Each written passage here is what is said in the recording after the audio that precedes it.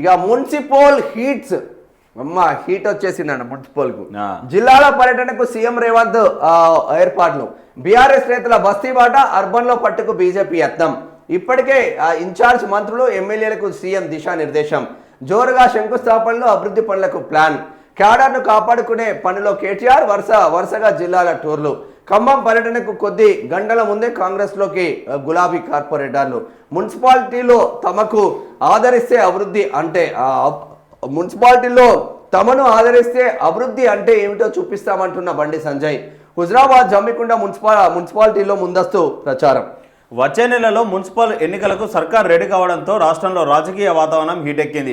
Party సింబల్స్పై జరిగే ఎన్నికలు కావడంతో ప్రధాన పార్టీలన్నీ ఛాలెంజ్గా తీసుకుంటున్నాయి. ఇప్పటికే 3 ప్రధాన పార్టీలైన కాంగ్రెస్, బీఆర్ఎస్, బీజేపీ నుంచి నేతలు బస్తీ బాట పట్టారు.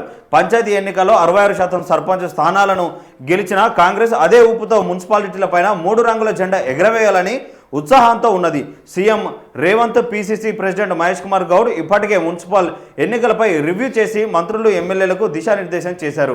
ఇన్ఛార్జ్ మంత్రుల సమక్షంలో జిల్లాల వారీగా ఆశావాహుల జాబితాను రెడీ చేస్తున్నారు. బస్తీలో అవసరమైన పనులకు గుర్తించిన ఎమ్మెల్యేలు, మంత్రులు జోరుగా శంకుస్థాపనలు చేస్తున్నారు. దీంతో పాటు వారి చేరికలపై అధికార పార్టీ ప్రధానంగా ఫోకస్ పెట్టింది. బీఆర్ఎస్, బీజేపీ నుంచి వచ్చే మాజీ, ప్రస్తుత కౌన్సిలర్లు, కార్పొరేటర్లను పార్టీలోకి చేర్చుకుంటుంది. తాజాగా ఖమ్మం నుంచి వచ్చిన 9 మంది బీఆర్ఎస్ కౌన్సిలర్లు సీఎం రేవంత్ సమక్షంలో కాంగ్రెస్లో చేరారు. దీంతో కేడర్ను కాపాడుకునేందుకు బీఆర్ఎస్ వర్కింగ్ ప్రెసిడెంట్ కేటీఆర్ స్వయంగా రంగంలోకి దిగారు. బుధవారం ఆయన ఖమ్మంలో పర్యటించి కార్యకర్తలకు భరోసా ఇచ్చే ప్రయత్నం చేసిరట. ఇక 12 నుంచి మున్సిపల్ ఓటర్ల తుది జాబితా. రాష్ట్రంలో గడువు ముగిసిన 117 మున్సిపాలిటీలు, 6 కార్పొరేషన్లకు సంబంధించిన ఫైనల్ ఓటర్ లిస్టులను ఈ నెల 12న విడుదల చేయాలని ఆయా మున్సిపాలిటీల కమిషనర్లు, కలెక్టర్లకు రాష్ట్ర ఎన్నికల సంఘం కమిషనర్ రాణి కుముదుని ఆదేశించారు. ఈ మేరకు కలెక్టర్లు మున్సిపల్ కమిషనర్లతో బుధవారం ఆమె వీడియో కాన్ఫరెన్స్ నిర్వహించారు. ఓటర్ల తుది జాబితా, పోలింగ్ స్టేషన్ల వారీగా ముసాయిదా జాబితా విడుదల చేసి టీ పోల్లో అప్లోడ్ చేయడం, 16న పోలింగ్ స్టేషన్ల వారీగా ఫోటోలతో ఓటర్ల తుది జాబితా ప్రకటించడంపై ఆదేశాలు ఇచ్చారు. పోలింగ్ నిర్వహణకు అవసరమైన బ్యాలెట్ బాక్సులు, రిటర్నింగ్ ఇతర అధికారులను నియమించాలన్నారు.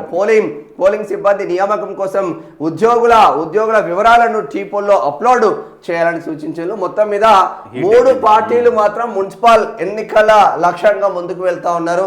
నిన్న ఖమ్మంలో పర్యటన చేసిన కేటీఆర్ ను చూసినాం. జమ్మికుంట, కరీంనగర్ ప్రాంతంలో పర్యటన చేసిన బండి సంజయ్ చూసినాం. నెక్స్ట్ జిల్లాల వారీగా వెళ్ళడానికి సీఎం రేవంత్ రెడ్డి కూడా రెడీ అవుతా ఉన్నారు. 3 పార్టీలు మళ్ళా జూబ్లీహిల్స్ ఉప ఎన్నిక ఏ విధంగా ముందుకెళ్ళిందో మళ్ళీ ఆ విధంగానే ఛాలెంజ్ చేసుకుంటూ ముందుకు వెళ్ళే ఆస్కారం మాత్రం కనిపిస్తున్నట్టు తెలుస్తా ఉంది. మరి చూడాలి ఏం జరుగుతుందో, లాస్ట్ కి ఎవరు గెలుస్తారో. కేటీఆర్ తిరిగితే పెద్ద లాభం అయ్యేటట్టు కొడతలేదు కానీ కేటీఆర్ ఏం భాషనే ఆడేంది రాహుల్ గాంధీ రేవంత్ రెడ్డి అవలేగాలని తిడతాడు. నువ్వు అవలేగాని కాదా? భాష మాట్లాడే కొంచెం కూడా సోయిండాలి కదా మనకి భాష మాట్లాడడానికి. నిన్న కాటిపల్లి వెంకటరమణారెడ్డి పాత సీఎంను, ఉన్న సీఎంను ఓడగొట్టిన బిడ్డ కామారెడ్డిలా ఆయన అసెంబ్లీ సాక్షిగా మాట్లాడిండు. మన భాష, మన విజన్ ఏమో ఫస్ట్ క్లాస్ అయితే మన భాష 3rd క్లాస్కి వెళ్ళింది, ఏం భాషలు మాట్లాడుతున్నారని చెప్పిండు అసెంబ్లీలో. ఆర్మూర్ ఎమ్మెల్యే ఎందుకు నేను రాజకీయాలకు వచ్చిన గిదిని కోసమా నేను రాజకీయాలకు వచ్చింది, ప్రజా సమస్యలు లేని ఈ రాజకీయాలు ఎందుకు అన్నాడు. చూసి సోయి తెచ్చుకోండి. పాయల్ శంకర్ సిర్పూర్ ఎమ్మెల్యే ఎంత మంచిగా, ఆదిలాబాద్ ఎమ్మెల్యే పాయల్ శంకర్ ఎంత మంచిగా మాట్లాడుతుండు. పాల్వాయి హరీష్ బాబు సిర్పూర్ ఎమ్మెల్యే ఎంత మంచిగా మాట్లాడుతుండు. వాళ్ళ సబ్జెక్ట్ ఏంది, మీ సబ్జెక్ట్ ఏంది? పాయల్ శంకర్ మాట్లాడితే 2 గంటలు కాదు 4 గంటలు మాట్లాడతాడు. ఇట్లా గుక్క తిప్పకుండా, బూతులు రాకుండా. ఆర్మూర్ ఎమ్మెల్యే ఎంత బాధపడుతుండే. దీని కోసమా నేను రాజకీయాలకు వచ్చింది. నేను ఎమ్మెల్యే అయింది ఎందుకు నాకు అర్థమైతే. గవర్నమెంట్లు పెట్టుకోండి పీకడానిక, వాళ్ళని చూసి నేర్చుకోండి. కాటిపల్లి వెంకటరమణారెడ్డి ఇప్పటికి పిఆర్ఓ పెట్టుకోలే, పిఎన్ పెట్టుకోలే. ఇద్దరు సీఎంలను ఇంటింటికి 50,000 వేలు పంచినా కూడా ఆయన గెలిచిండు. కామారెడ్డి ఊరికనే గెలిచిండా? ప్రజాబలం లేని మనిషికి విజన్ ఉండాలి. ఈయన ఎంత మొత్తుకున్న కేసీఆర్ రంగంలో దిగేదాకా ఏముండదు కానీ